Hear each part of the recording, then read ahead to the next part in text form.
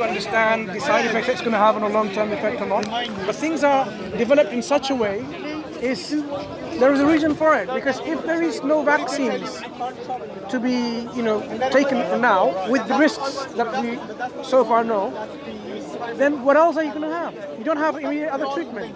Because the survival rate, if you don't take the vaccine, the survival rate is 99.988. Okay, you will survive unless you're an old person with comorbidity, other illnesses. Then you're very weak, and if you get the corona, you will die. Well, that's normal. 500,000 people die every year from these viruses, but they're old. The average age of death is 81. So if you don't take the vaccine, your survival chance is 99.988. If you take the vaccine, it's less. It's more dangerous. And these are the government's figures. It's more dangerous to take the vaccine. So are you saying this is something that... Honestly, are you saying people who've got coronavirus... Yes, loads of people have had it. I've had it. You've probably all had it and not even realised. Not realised. Without symptoms? We had it. Many people have had it. Yeah, without knowing. And we had the symptoms. No, not knowing. We had the symptoms, many of us. Yeah. Yeah. It's because there has to be a certain group of people who are more vulnerable to very serious disease. Right, so you isolate them, not the 99.8%. You isolate the tiny ones that are vulnerable. So do you think vaccines are there to cure people from this? Vaccines are there to help people who are the vulnerable ones. No, right? I think these protect them from getting severe disease. No. I think these vaccines, I don't trust it. The people, I don't trust Boris Johnson. I don't trust any politicians, and I don't trust the people who are controlling these politicians. And it's the globalists. So are you saying the whole world is conspiring? It's the Zionists who are doing this shit. So you're thinking the whole world is conspiring? Whole world. Oh, without. Who do you think runs this planet? Who do you think runs the world? Who owns all the banks? Who do you think? The bankers. The Rothschilds are Zionists. They own all the banks, they own all the media, they own the judiciary, they own everything, just pulling strings. I swear to God, I'm not. Really, that's do you take any other medicines? No. I don't even take an aspirin. Even vitamins? Why do you take vitamins? Do you know how they're produced? No. Why do you take them? They might be bad for you. I eat lots of fruit.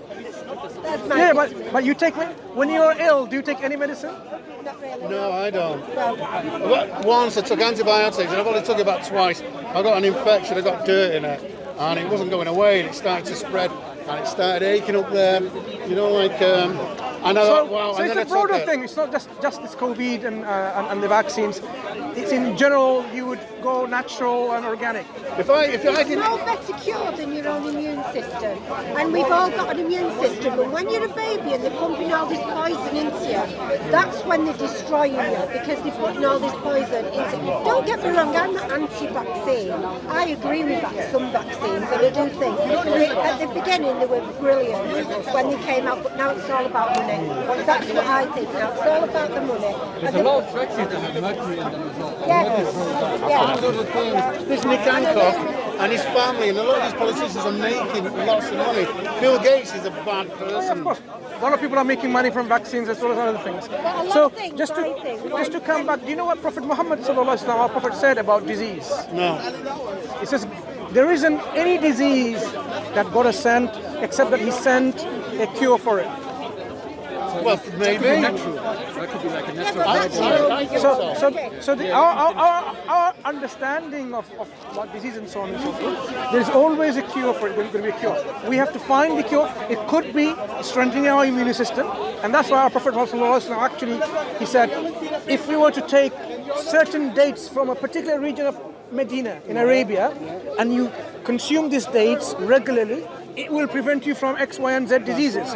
If you were to take this black seed, regularly and so on, it will prevent you from so many different diseases. That's true. Lots of different foods, and that's a natural situation. There's a saying: if what doesn't kill you makes you stronger. So you can get a really bad illness, right, and be really ill, and you sweat it out, and you come out the other end. That's strengthened your immune system. Yeah. So our Prophet Muhammad sallallahu alaihi wasallam said that prevention is better than cure. Yes. Do you agree with that? And the injections, when they give the children the injections, later on, people develop cancer. There's a doctor who has said he has never treated anybody he's never treated anyone that's been vaccinated that's not been vaccinated for cancer. Everyone that is ever treated were vaccinated for children. Have you guys had this corona? I've not had it. Have you had it? You guys have had it initially when it started. Don't talk, excuse my language. Do Can not. I ask you a quick question? So that's why one of the things Islam has in the Quran about in Islam, in the Quran, there's a dietary law God provides, and for a reason which you'll appreciate. A good reason. The reasons are the things God prohibits us from, they're not good for us. Yeah. So when, for example, Islam tells us God tells us in the Quran, don't eat blood, dead meat, anything that's Carrion yes, dirty animals and for example, porcine, a pork. Yep. You and I would know that these are reasons to avoid in the first place because these are not healthy for us. And God says, in one of the statements of the Prophet that God is pure and He wants us to also be pure and to eat some pure. Inna Allah tayyib, and He doesn't accept anything else except pure. God is pure and He doesn't accept anything that is pure.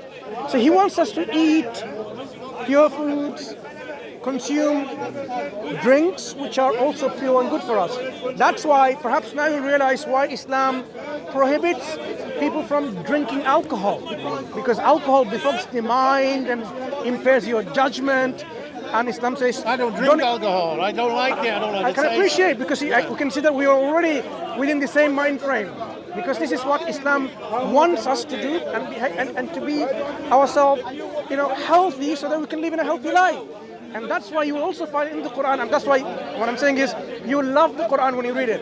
It says, ظهر الفساد corruption has occurred in the land and the sea because of what man's hand have earned. We have polluted the air, we have polluted the land, we have polluted the sea. God is saying, this is what you've done, you are polluting it. Who's creating layers, holes in the ozone layer? We are doing this. So God is saying, look, He has created everything in balance, do not destroy the balance. وَلَا تُخْسِرُوا الْمِيزَانَ. Do not destroy the balance that God has put. That is why it is important for us to, as you saying, to understand, right, what is this exact balance that God has created us with? It's this guidance. We need to follow that. I mean, you might find, okay, what's this medicine not good, this Quran? Because God knows what's better for us than we know ourselves. So when we go and read the Quran, not only when in physical matters of food and drinks, God prohibits us from avoiding, which is bad for us, spiritual things. For example, backbiting. People talking against you behind your back. Quran says this is like eating the dead flesh of your own brother. That's how backbiting is. Would you want to eat the dead flesh of your brother? No. You would not. My brother's I don't like it. Backbiting is like this when you backbite something. So even this everyday interactions of how we interact with people in life, whether we cheat and lie or backbite and so on, Islam gives us the guidance to avoid these kind of spiritual diseases. Because disease is not of the physical only body, disease of the mind and the spirit. And Islam gives you the holistic solution to get rid of these things, and then you realize, how can you be racist to a white person or a black person when both of us, we came from the same Adam and Eve? Well, have you been to Saudi Arabia? Yeah. I've been twice, and I've been, Islam, Sunni Muslims, Saudi Arabia, they've got very rich people there, and they have all the money, don't they? You were aware of this? Yeah. No, that's wrong, isn't it? They have the wealth that they have from this riches of oil and so on and so forth. It should have been the wealth of the Muslim population overall. But anyway, certain people are only controlling this wealth. So coming back to this overall cure, you see, the world is suffering a lot because of this people's spiritual lack of health within it. Racism, bigotry, hatred, prejudice, intolerance. Where does it come from? See you tomorrow, yeah? All right, sir. You take care. Yeah. See you tomorrow. What is it? These are diseases of the heart. I know that. People need to come away from this and become clean in their Do hearts. you not think, though, that that's been encouraged with kids and people being indoctrinated? They've encouraged that at the minute there's like race baiting going on. With Yeah, they're trying to cause problems divide between black the people and people. white They want people. to, That's you know, deliberate. put one people against the other. They're called race baiters. Yes. They're trying to turn people Against each other. Exactly. It's terrible. I just think, my God. You will love this Most- statement from the Prophet most Muhammad people, sallallahu alaihi wasallam. but most kids, and no kids are racist at all. It's when they get older that When they're become at school, racist. I mean, But when they're they in don't have any understanding like this. Oh, you're a black child or a pink child. They're all children. They play with each other. It's only at later stage. But they get They're indoctrinated. at school. That is and why- they get taught all these bad- Absolutely. bad You know, habits. And it's we are- communists, they're deliberate. Marxists that are causing all We this are shit that's going all on. in this one Communists and fine-tuned Marxists, I don't like it. mind frame. You know what? You will love to hear what Prophet Muhammad sallallahu alaihi wasallam said. In one of his final sermon, before he passed away, he talked about this, you know that there is no distinction, differences between a Arab and a non-Arab. An Arab is no superior to a non-Arab and vice versa. No black person is superior to a white person, and no white person is superior to a black person. The only difference and distinction, as the Quran says, is in righteousness and piety and God consciousness. So racism was eliminated from the time of the Prophet ﷺ. So why should people have hatred because your skin color is different, because you speak a different language, because yeah, Listen, do you know what? you love it. I've got a copy. I have a copy. Do you have a copy? I have There you go, it's for you. My hero is Jesus. I love Jesus. Jesus was one of the mighty Prophet. messengers of Islam, Jesus after was- whom he- came Prophet he Muhammad taught sallallahu alaihi all wasallam. goodness, and that's it. Yeah. To me, if you're good, you're good. If you're bad, you're bad. Yeah. You've got So a choice. if you follow Jesus, according to our tradition, Jesus was a messenger that was sent. one of the prophets. He was one of the mighty messengers of God that was sent, but he wasn't the last of all the prophets. He wasn't the last of all the prophets.